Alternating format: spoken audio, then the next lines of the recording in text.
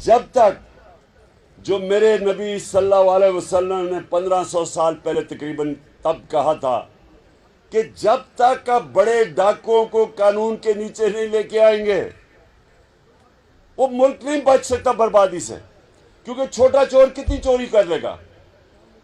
छोटा चोर तो चले भैंस चोरी, गाय चोरी, या ये मोटरसाइकिल, गाड़ी ज्यादा से ज्यादा। लेकिन जो बड़ा डाकू है वो सिर्फ, मैं शहबाज शरीफ और बेटों ने जो सिर्फ FIA के अंदर इनकी चोरी पकड़ी गई है 16 अरब रुपया जो पकड़ा गया। जो नहीं पकड़ा गया वो तो गया बाहर।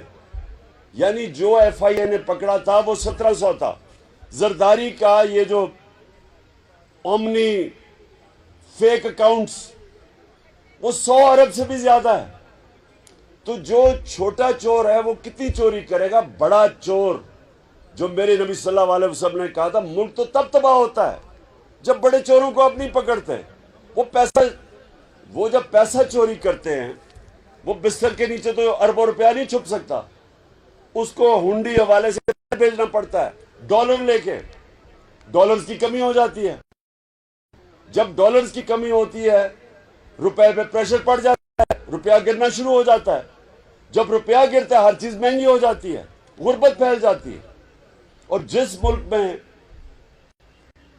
मुल्क के अंदर आपकी करेंसी करना शुरू हो जाए, बाहर से सरमायाकारी नहीं होती, फॉरेन इन्वेस्टमेंट नहीं आती, मुल्क तरक्की नहीं करता। तो मेरे अजीम लीडर ने तो 1500 साल पहले कह दिया था कि अगर आप बड़े डाकुओं का माशरा, आपका इंसाफ का निजाम नहीं पकड़ेगा, वो तबाह हो जाएगा। छोटे चोरों को पकड़ने से क्या फायदा? सारे जितने आपके जेल में इस वक्त जितने भी आपके चोर बैठे हुए ना, पता नहीं 70,000 में से कितनों ने चोरी की हुई है, उन सारों का पैसा आप इकट्ठा कर दें तो एक Shahbaz Sharif and sons corruption limited company, जिन्होंने एक खांचा मारा है, वो एक 16 अरब का जो इनका FIA का केस है, वो सारे चोरों के से ज्यादा पैसा है।